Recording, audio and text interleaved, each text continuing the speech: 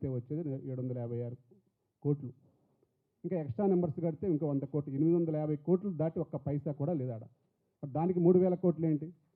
Land ఫ్రీగా అన్నారు. Land ఫ్రీగా రాలేదండి, మళ్ళీ చెప్తున్నా. ఎస్ఎఫ్టీ 40 రూపీస్ లెక్క ఇచ్చిన మాట వాస్తవం. దాన్ని అంచెలంచెలుగా కొనుక్కున్నాం సొసైటీ. ఈరోజు సొసైటీ రిజిస్ట్రేషన్ డాక్యుమెంట్ అండి, ఎవరి పేరు మీద గవర్నమెంట్ గజం 40 రూపాయల నుంచి 2 లక్షల లెక్క 1994లో కొన్నారు. 94 నుంచి 2002 దాకా కొంటానే ఉన్నాం. 2003లో రిజిస్ట్రేషన్ అయింది sale deed. Telugu cine workers cooperative మీద సేల్ డీడ్ చేసుకున్నాం. ఒకసారి సేల్ డీడ్ అయిన తర్వాత ఏ సమస్య ఉన్నా చిత్రపూర్లో ఆ సభ్యుల సమక్షంలో జరగాలి, సభ్యుల మధ్య జరగాలి. ఏదైనా ఉంటే కానీ మంచి చేస్తే మంచి అంటారు, చెడు చేస్తే చెడు అనే అధికారం అక్కడ ఉంది. అందరికీ మాట్లాడే హక్కు ఉంటుంది. అందుకే 6 నెలలు. మీరు గతంలో చూశారు, అసలు జనలబడి పెట్టకుండా తప్పించుకుంటే జనలబడి కోర్టుకి వెళ్ళి జనలబడి పెట్టండి అని చెప్పి ఆర్డర్లు తెచ్చుకుంటారు. కానీ మేము జనలబడి పెడతాము, మీరు రండి, సమస్య మాట్లాడుకోండి, ఏదైనా డిస్కస్ చేసుకుందామంటే జనలబడి ముందు రోజు పోయి స్టే చేస్తారు, జనలబడి ఆపండి అని. అసలు ఎక్కడైనా మరి అంత మా దగ్గర రివర్స్ జరుగుతుంది. నేను ఇంత ఓపెన్గా ఉన్నాను, మీరు తప్పు అయితే తప్పు సరి చేసుకోవడానికి సిద్ధంగా ఉన్నామని చెప్పి కమిటీ మొత్తం చెప్తుంది. కానీ సభ్యులను అయోమయం చేయొద్దు, ప్రాజెక్ట్ని డిలే చేయొద్దు, కట్టే వాళ్ళు కట్టకపోతే ప్రాజెక్ట్ డిలే అవుతుంది. దానివల్ల ఎవరికి ఉంటుంది? మాకు అంతిమంగా ఒక 6 నెలల్లో ఎలక్షన్స్ ఉంటాయి, మేము దిగిపోతాం, వేరే వాళ్ళు వస్తారు. ఇక ఇదే కొట్లాడుకుంటా వెళ్తూ ఉంటే నెక్స్ట్ ప్రాజెక్ట్ ఎలా ముందుకు వెళ్తుంది? అందుకే ఒకరి మీద ఒకరు విమర్శలు కాకుండా వారిని చెప్పడానికి వాళ్ళు రమ్మన్నాము. మరి వారు ఎందుకు రాలేదో తెలియదు. మరి వాళ్ళ ప్రశ్నలు ఏంటో, మరి వాళ్ళకి ఏం కావాలనేది మరి మాకు అర్థం కావట్లేదు. ఇంత ఓపెన్గా ఇంకా చర్చ పెట్టలేదంటారు. వారే అన్నారు, మీరు బహిరంగంగా చర్చ పెట్టండి, మేము వస్తామన్నారు. మాకు లెటర్ ద్వారా కూడా పంపించారు. వాళ్ళు బహిరంగంగా చర్చ పెట్టండి, మేము వస్తామని చెప్పి ఒక రాతపూర్వకంగా లెటర్ పంపించారు ఇక్కడ ఉద్యమం చేసేవాళ్ళు. మరి ఇక్కడ మేము డైరెక్ట్గా ఆల్రెడీ 5 రోజుల ముందే అందరికీ తెలియజేశాను, మీడియా వరకు తెలియజేశాను, ఇక్కడ చాంబర్ హాల్ బుక్ చేసినప్పుడు తెలియజేశాను, అందరూ రండి మీ దగ్గర అని చెప్పేసి.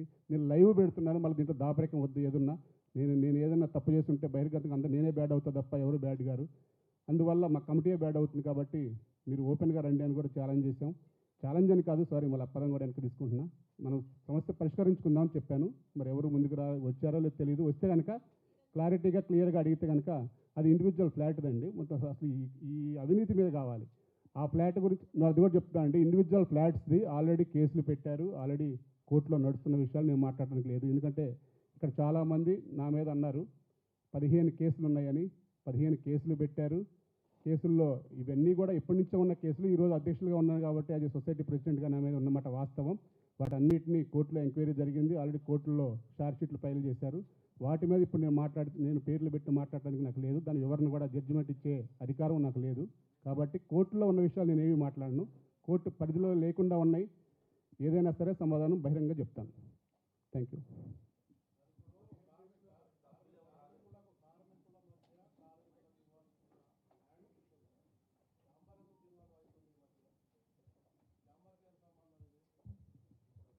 కార్మికులు ఇచ్చే దాంట్లో ఛాంబర్ ఇన్వాల్వ్మెంట్ ఏమీ లేదండి. ఛాంబర్ ఒక పెద్ద దిక్కుగా ఈ గొడవలు ఏందని ఈ మధ్య మమ్మల్ని పిలిచినమాట వాస్తవం. వారిని మమ్మల్ని ఒక పెద్ద ఇప్పుడు ఏంటంటే కార్మికుల మధ్య ఏదున్నా సరే మాకు సెటిల్మెంట్ చేయాల్సింది ఛాంబరే కాబట్టి బయట ప్రభుత్వం దగ్గరికి వెళ్తే అసలు మీ ఛాంబర్లో ఉన్నారు కదా పెద్దలు, వాళ్ళ దగ్గర కూర్చొని మాట్లాడండి అంటే వారు అందరూ పిలిచారండి ఇక్కడికి. సేమ్ ఇక్కడే ఇదే ఫిల్మ్ ఛాంబర్లో ఆరోపణలు చేసే వాళ్ళని మమ్మల్ని పిలిచారు, మాట్లాడారు. వారికి అర్థం కాల వాళ్ళు ఏం చెప్తున్నారు. మరి మేము అక్కడ కూడా అన్ని విషయాలు అన్ని పేపర్లతో సహా చూపించాము. వారికి చెప్పిన తర్వాత మరలా మాట్లాడుతామన్నారు. మరలా ఇంతవరకు వాళ్ళు రాలేదు కాబట్టి వాళ్ళు మమ్మల్ని ఆహ్వానించలేదు. ఒక పెద్ద దిగ్గుగా ఉండాలి కాబట్టి ఛాంబర్ ఇన్వాల్వ్ అయింది తప్ప దీంట్లో ఛాంబర్కి ఎటువంటిది సంబంధం లేదండి.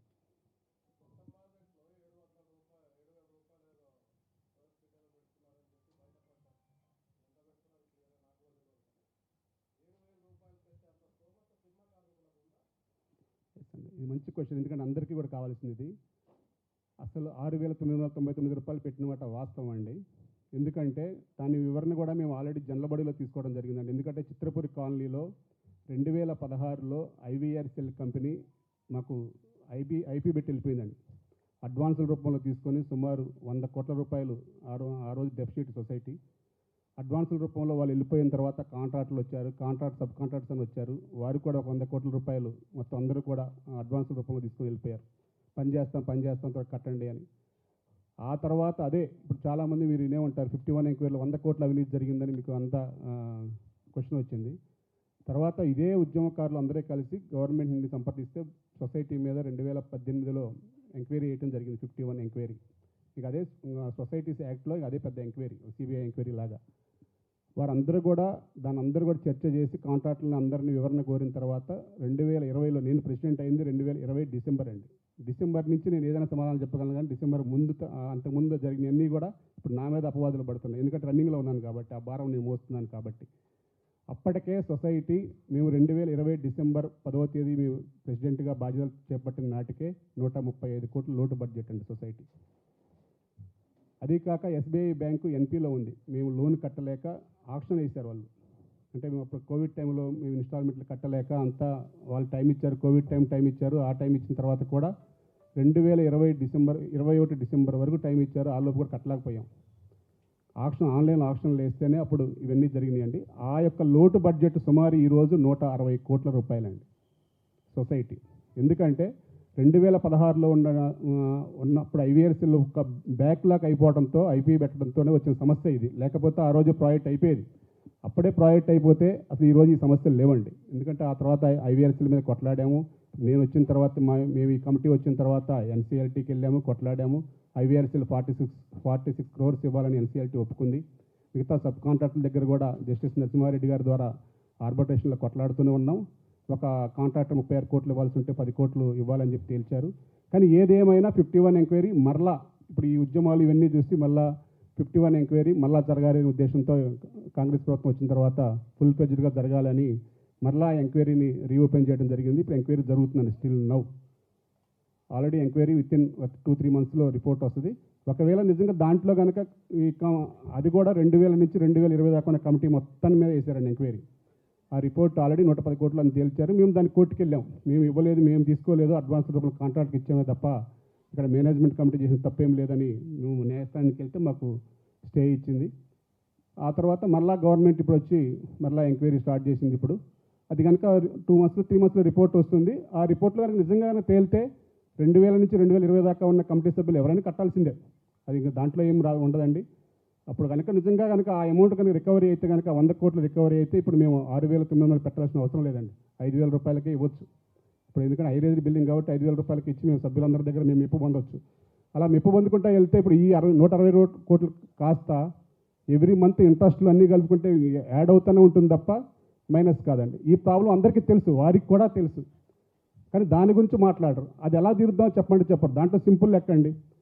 చదలవాడి శ్రీనివాస్ గారి దగ్గర తెచ్చిన డబ్బులు ఉన్నాయి. ఆయన దగ్గర దేనికి తెచ్చారు అంటే అందరికీ తెలుసు.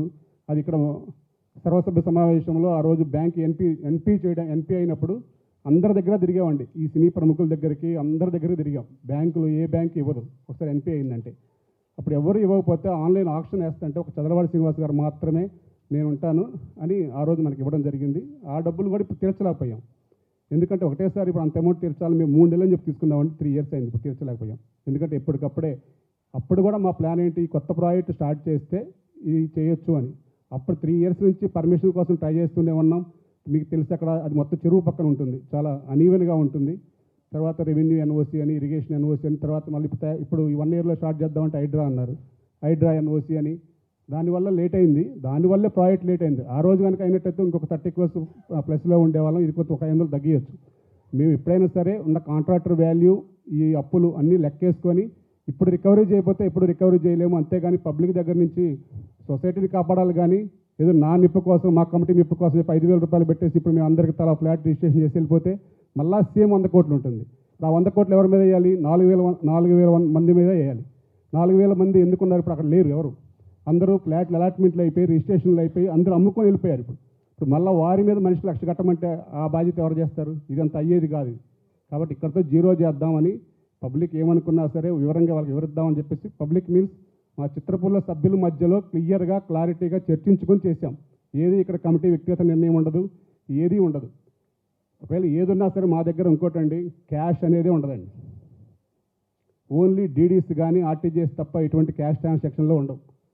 అవినీతి జరిగిందంటే ఎప్పుడో జరిగిన దాన్ని ఎంక్వైరీకి మేము సహకరిస్తుంటే ఇప్పుడేదో అవినీతి జరిగినట్టుగా చూపిస్తారు. మేము 2020 డిసెంబర్ 10 ప్రెసిడెంట్ అయిన తర్వాత ఈ రోజు దాకా మా ట్రాన్సాక్షన్ మొత్తమే 100 కోట్లు.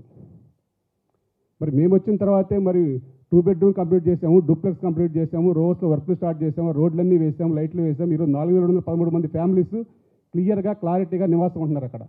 అంతా ఏర్పాటు చేసినవారు మేము. మా దగ్గర 24/7 మంజీరా వాటర్ అండి, ఎక్కడ ఉండదు. ట్విన్ సిటీస్లో దాన్ని అంతా చేస్తుంది మేమే. ఎక్కడ కరెంట్ కానీ ఇంకా డెవలప్మెంట్ పనులు ఉన్నాయి, ఇప్పుడు ఉండడానికి మనీ లేదు అసలు మా దగ్గర. వీళ్ళ కొట్లాట్ల వల్ల 2023 జనవరిలో రిజిస్ట్రేషన్లు ఆగిపోయినాయండి.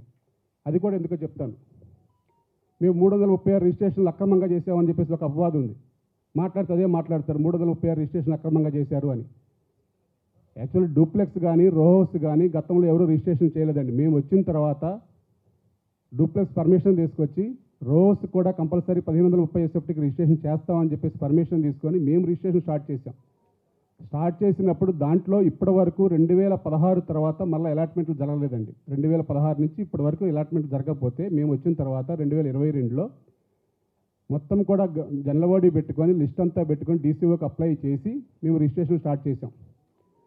వాటికి ఎవరు అక్రమంగా చేసుకుంటున్నారు, అన్యాయంగా చేసుకుంటున్నారని చెప్పేసి వాళ్ళు మన 2023 జనవరి 10వ తేదీన మాకు మొత్తం రిజిస్ట్రేషన్ ఆపేసేయని చెప్పి ఆర్డర్ ఇచ్చారండి. ఆ రోజు నుంచి ఈ రోజు వరకు గవర్నమెంట్ ఆమోదం లేకుండా ఒక్క రిజిస్ట్రేషన్ జరగలే, కన్స్ట్రక్షన్ టోటల్గా అయిపోయింది. అసలు మనీ ఫండింగ్ లేదు అక్కడ. దాని గురించి ఎవరు మాట్లాడరు. అది ఎవరి వల్ల ఆగింది? వాళ్ళ వల్లే ఆగింది. ఆ రోజు నుంచి ఈ రోజు దాకా రిజిస్ట్రేషన్స్ లేవు. సరే, ఈ తర్వాత ఉద్యమాలు ఇవన్నీ చూసి గవర్నమెంట్ కూడా ఇవన్నీ కాదు, అసలు ఎవరు నిజమైన సినిమా వాళ్ళు, సినిమా కార్మికులు అవునా కాదా అని చెప్పేసి గవర్నమెంట్ కమిటీ వేసిందండి, 5 మెన్ కమిటీ. ఇప్పుడు 2 సినిమా వాళ్ళు, 3 ఐఏఎస్లతో గవర్నమెంట్ కమిటీ వేసింది. ఫ్లాట్ రాని వాళ్ళు ఎవరున్నా సరే ఇప్పుడు ఒక సభ్యులు వేశారు. ఇటువంటి సభ్యులు అందరూ కూడా వారి దగ్గరికి వెళ్తున్నారు. వారు ఫైనల్ చేశారనుకోండి, సపోజ్ రేపొద్దున మేము అక్రమంగా తీసేసాం వాళ్ళని, వాళ్ళు నిజమైన జెన్యూనిటీ సినిమా పర్సన్స్ ఇన్ టైంలో డబ్బు కట్టారు అనే ప్రతిపాదకను వాళ్ళు కంపల్సరీ ఇవ్వాలంటే మేము ఇవ్వాల్సిందండి. రేపు వాళ్ళు ఆర్డర్ ఇచ్చిన దాన్ని మేము కట్టుబడి ఉంటామని చెప్పాం. వాళ్ళకి అది కూడా తెలుసు. ఒక గవర్నమెంట్ కమిటీ వేసాక కమిటీని దగ్గర నుంచి అధికారం ఎవరికీ ఉండదు. మేము దానికి కట్టుబడి ఉన్నామని చెప్పేసి ప్రతి జనలబడిలో చెప్తున్నాం. 2023 జనవరి అంటే ఈ రోజుకి 2.5 years ఒక్క రిజిస్ట్రేషన్ చేయలేము. మేము చేసే అధికారం లేదు.